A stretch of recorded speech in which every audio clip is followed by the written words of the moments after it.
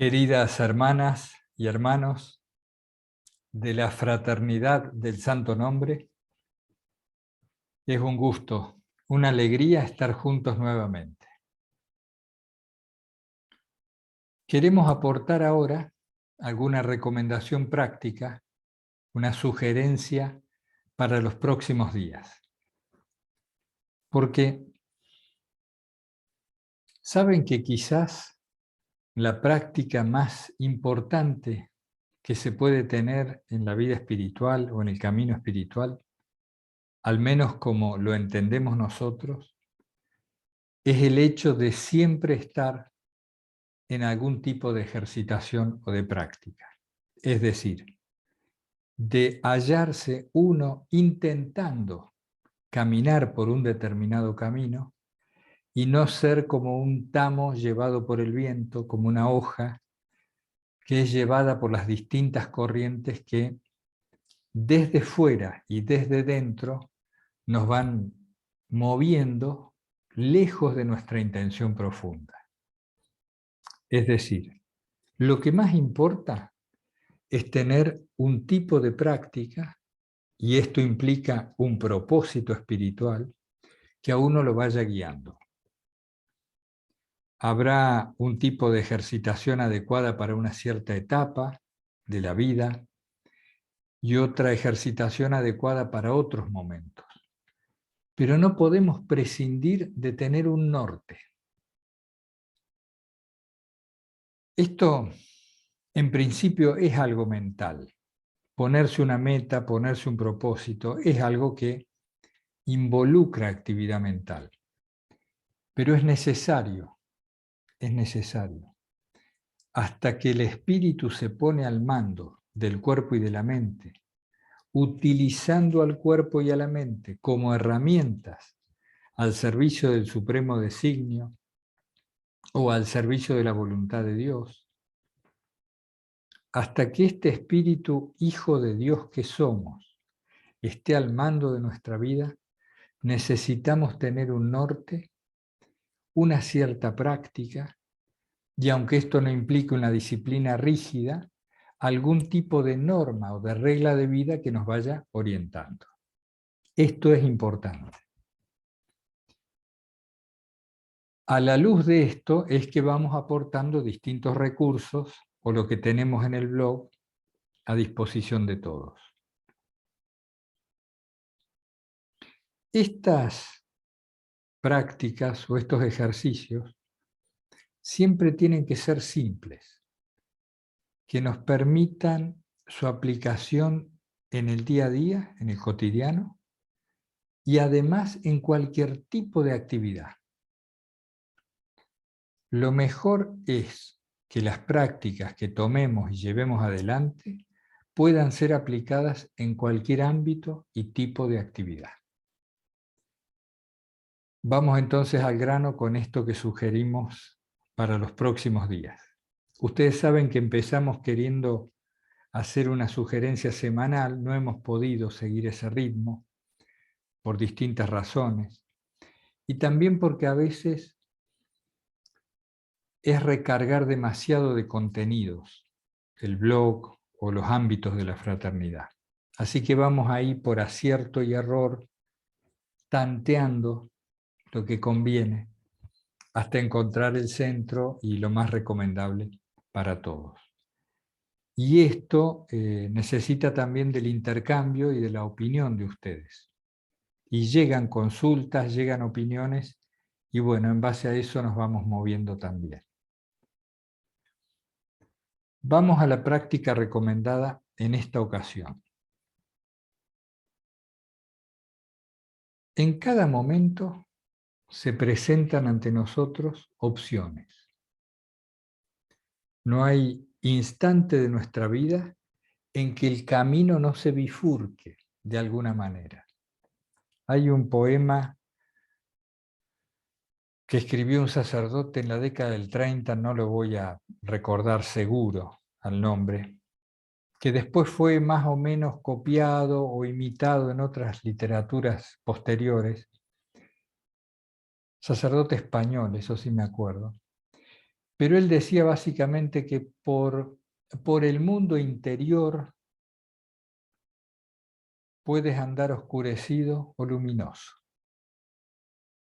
Que estos dos caminos siempre se abren ante ti. Y esta bifurcación, esta opción, este caminar hacia el cielo o hacia el infierno, en sentido simbólico, se nos presenta cuando lavamos los platos, cuando subimos al transporte colectivo, cuando entramos en la oficina, cuando saludamos a un hijo, al ser querido, cuando vamos a la capilla, cuando leemos un libro. En todo momento estamos ante la luz y la oscuridad como posibilidad. Es decir, como posibilidad de que nuestra intención se manifieste en un sentido o en el otro. Entonces, lo que conviene es siempre estar atentos a esta bifurcación, a esta opción constante que el espíritu humano tiene ante sí de elegir una vía u otra vía. ¿Cómo podemos plantearnos esto en otras palabras o de otro modo? Siempre lo que va hacia arriba, siempre lo que ilumina, siempre lo que va hacia el crecimiento o lo que se orienta hacia Dios, se vive, se registra como un aumento de la propia energía. Y lo que va hacia la oscuridad, lo que va hacia la contradicción, hacia la falta de coherencia, como una pérdida de energía. Esto tiene que ser sometido a verificación en el día a día y en más de una actividad. En más de una actividad. ¿Qué quiero decir con esto? Por ejemplo, si nosotros nos proponemos, se nos invita a una fiesta donde se va a comer mucho y se va a beber mucho y vamos a estar con amigos, y donde sabemos que no nos vamos a poder sustraer a esto, a esta excesiva alimentación, a este excesivo ingesta de sustancias, etc. Nosotros en un primer momento, de manera automática, podemos registrar una subida de energía. Es decir, me entusiasma la idea, vamos a ello. Pero apenas pasa un poco de tiempo, la resaca posterior, el malestar, la dispersión que hemos sufrido, la influencia de conversaciones que no venían en la línea de nuestro camino, etc., nos muestran la inconveniencia en que hemos incurrido. Entonces, esto de la luz y de la oscuridad, y del aumento o decrecimiento de la energía, al tomar una u otra opción, tiene que ser parametrado, medido, no solo en el instante, sino en un periodo más largo de tiempo. Esto se aprende por acierto y error, y se aprende por evaluar cada día lo hecho, aunque sea muy someramente. Y esto no se hace posible. Es decir, no hay forma de que nosotros elijamos con una intención consciente ir para un lado o ir para otro si no tenemos bastante incorporada la práctica de ese detenimiento que siempre sugerimos. Porque, recuerden, hermanas y hermanos, el libre albedrío se hace efectivo o empieza a hacerse efectivo en el momento en que nos hacemos conscientes. Cuando inconscientes actuamos, no hay forma de que nuestra libertad se manifieste. Es todo mecánico, es todo automático. Por eso Jesús dijo, perdónalos, no saben lo que hacen. El que no sabe lo que hace, no tiene en ese sentido responsabilidad. En términos jurídicos es inimputable. Aquel que daña a otro sin saberlo, sin saber que está causando un daño, no se lo puede imputar, ¿no? Es decir, la conciencia es lo que nos da responsabilidad. ¿Por qué? Porque empezamos a ser libres. Entonces, si queremos elegir en cada instante de la vida cuál es la dirección que va a tomar nuestra conciencia, nuestro espíritu, nuestra acción, si es hacia arriba, hacia la unión con Dios, o hacia abajo, hacia una densificación, hacia una materialización cada vez más cruda de la vida, si queremos optar, necesitamos estar atentos. Y si queremos estar atentos, necesitamos pausar las actividades y periódicamente detenernos. Puede ayudar llevar una libretita de notas muy chiquita en uno de los bolsillos, un lapicito. Esto lo hemos hecho, se puede hacer, es práctico, es muy útil, donde vamos anotando la actividad que vamos realizando. Es decir, he limpiado la cocina, anoto. Después fui a la oficina, ¿no? Fui a la biblioteca.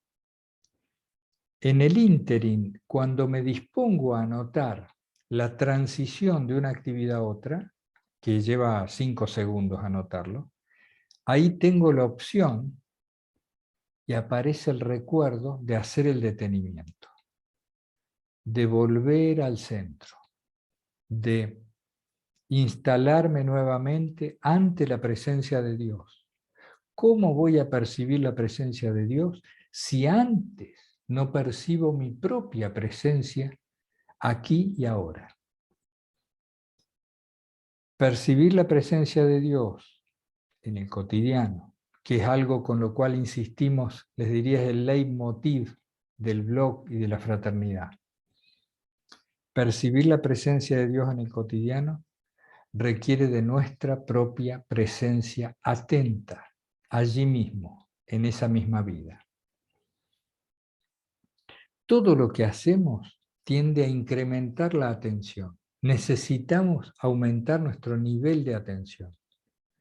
Atención hacia afuera, atención hacia el mundo interno, y como decimos y enfatizamos en este vídeo, atención hacia la dirección que toma nuestra energía. Si vamos en dirección luminosa, esto se registra como un incremento de la propia fuerza, del propio potencial.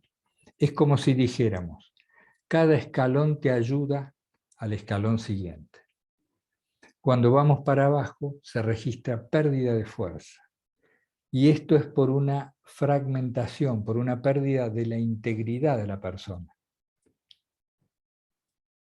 Pero también aclaramos que esto no se puede saber en un solo instante, sino que también hay que aprender en un transcurso de tiempo. Es decir, me va a llevar algún acierto y algún error determinar qué es lo luminoso, qué es lo que me da fuerza y qué es lo que me quita y me disgrega. Esa es la principal técnica que sugerimos hoy. Fíjense, siempre tiene que ser simple, es concreta. ¿Esto que voy a hacer me eleva o me lleva hacia la oscuridad, hacia abajo, hacia lo denso, hacia cada vez más materialidad que me tracciona hacia abajo? ¿O favorece el cultivo y el desarrollo espiritual? Esto mismo lo podemos decir como luz y oscuridad, más o menos energía, hacia arriba o hacia abajo. Podría parecer un planteo dualista, en el sentido de que tan solo existe el bien y el mal y uno tiene que tender hacia uno de los polos y ahí se acabó, ¿no? Como una cosa simplista. Pero está lejos de eso. Es simplemente una práctica que nos ayuda a no confundirnos, a no andar en esa duermevela, a ser conscientes de la acción que debemos emprender. Bien, ya lo hemos dicho de varias maneras. Una que no me quiero olvidar, que anoté aquí. Fíjense, hay una enorme cantidad de material en el blog. Es más, hemos ocultado un montón de textos para no confundir en demasía, no aportar demasiado contenido, por sugerencia de varios hermanos, y aún así sigue habiendo mucho contenido. ¿Por qué les comento esto? Porque algunos nos decían, oye, ¿y cuándo vas a hacer otro vídeo? ¿Cuándo otra práctica? ¿Cuándo? Bueno, esto tiene varias razones. Una de ellas es que a veces no sabemos más qué decir. ¿Por qué? Porque hemos dicho mucho. Entonces, es necesario a veces tener ciclos de silencio, ciclos de remanso, a fin de que nuestra palabra no pierda peso para nosotros mismos en la propia experiencia. Tratamos de traducir, de transmitir una cierta experiencia, y no se trata de aportar contenidos solo para llenar un espacio. Dicho esto, volviendo al punto, hay una enorme cantidad de vídeos y de prácticas recomendadas en las solapas del blog. Por ejemplo, en una solapa que se llama ejercicios. Allí hay retiros, ejercicios de 30 días, vídeos específicos, prácticas sugeridas. Más allá de los cursos, son muchos vídeos y muchos textos. Entonces, otra práctica que recomendamos es volver atrás. Porque la mente nos engaña de este modo. Lo que ya hemos visto, ya está.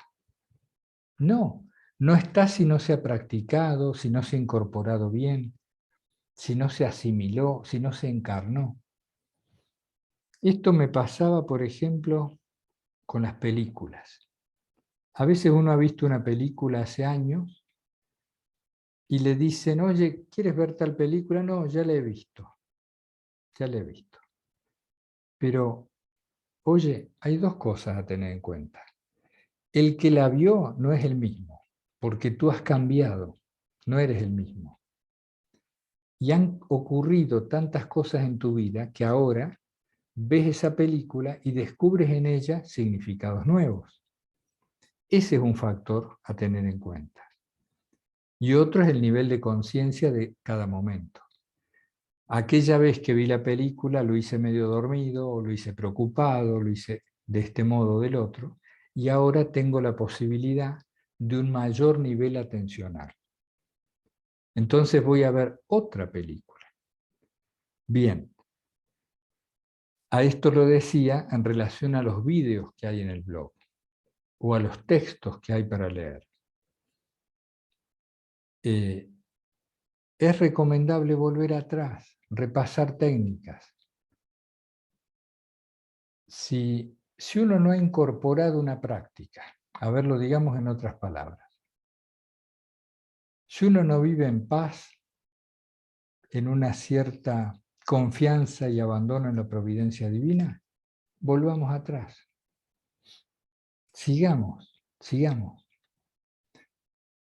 Había notado para hablar de esto el ejemplo de el escultor. A ver, creo que es el escultor. El escultor, exactamente.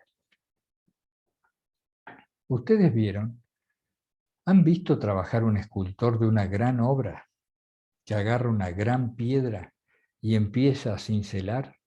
No es muy común de ver. Es un trabajo realmente de hormiga, como se dice, es decir, un trabajo que requiere mucha precisión, paciencia, pulcritud, un plan preciso de la obra, por lo general. Hay también acierto y error. En esta tarea de poner el espíritu al mando para que utilice al cuerpo y a la mente como herramientas al servicio de Dios, en esta tarea podríamos emplazarnos como un escultor, escultores de la persona que a la vez es instrumento de Dios. Esto requiere paciencia. Modelarnos a nosotros mismos en función del designio divino. Esa es una tarea de toda la vida y que requiere esa paciencia del escultor. Paso a paso, borde a borde, ángulo a ángulo, que después tiene que lijar, tiene que corregir, tiene a lo mejor que hacer varias técnicas diferentes sobre la misma textura de la piedra. Bueno, nosotros podemos vernos así. El Espíritu Hijo de Dios que somos intenta modelar la persona, el resto de la persona, en función de la voluntad divina. Y esto lleva paciencia, lleva trabajo. No apresurarnos. Estamos tan metidos en el consumo, en la sociedad del frenesí, que estas cuestiones también a veces caen bajo esa influencia, bajo esa impronta. Consumimos espiritualidad o consumimos sugerencias o recursos o técnicas, pero es como comer golosinas, no sacia realmente el apetito. Unas pocas técnicas llevadas a la práctica nos sitúan en otro lugar interior. ¿Y cómo se hace para dominar una técnica? Te tienes que centrar en ella y persistir, hasta que se te hace segunda naturaleza. Y ahí sería recién el momento de pasar a otra. Y bueno, de todas maneras, se aportan muchos y diversos contenidos porque hay cosas que le sirven a unos y otras cosas a otros. Pero recordemos esto de volver atrás. Hay muchísimo material. Bien, quería aportar esto del escultor como para tratar de transmitir el espíritu desde el cual hacer la ascética personal, seguir una regla de vida, o trazarse un propósito y tratar de cumplirlo, en ese espíritu del cultivo o del escultor. Sí, el cultivo del jardín también es un muy buen ejemplo, ¿no? ¿Cuánto se requiere para hacer realmente un lindo jardín? Cuánta paciencia, rotular la tierra, abonarla, regarla, sembrar, cuidar lo sembrado, ¿no? Etcétera, etcétera. Y cuánto cariño, fíjense, tanto el escultor como el jardinero tienen que poner de sí mucho cariño en la obra. Pongamos ese mismo cariño, esa calidez del corazón que nace de la oración y de nuestro deseo de Dios. Pongamos eso mismo en el cultivo de nuestra vida espiritual. Refinemos nuestra persona para dársela a Dios. Fíjense qué buen concepto ese. Vieron que hay materiales que se refinan, que se procesan, que se trabajan y después se los exhiben, ¿no? En la joyería, aquí o allá. Bueno, refinemos lo que se nos ha dado para después devolvérselo a Dios. Al final de cuentas, nuestra vida no es nuestra, es prestada. ¿Qué nos puede quedar?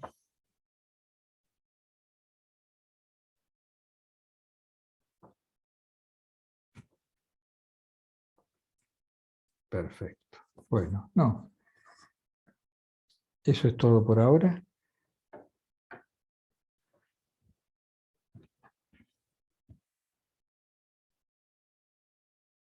Creo que no queda más nada. Les mando un abrazo fraterno a todos, invocando siempre sin cesar el santo nombre de Jesús. Hasta pronto.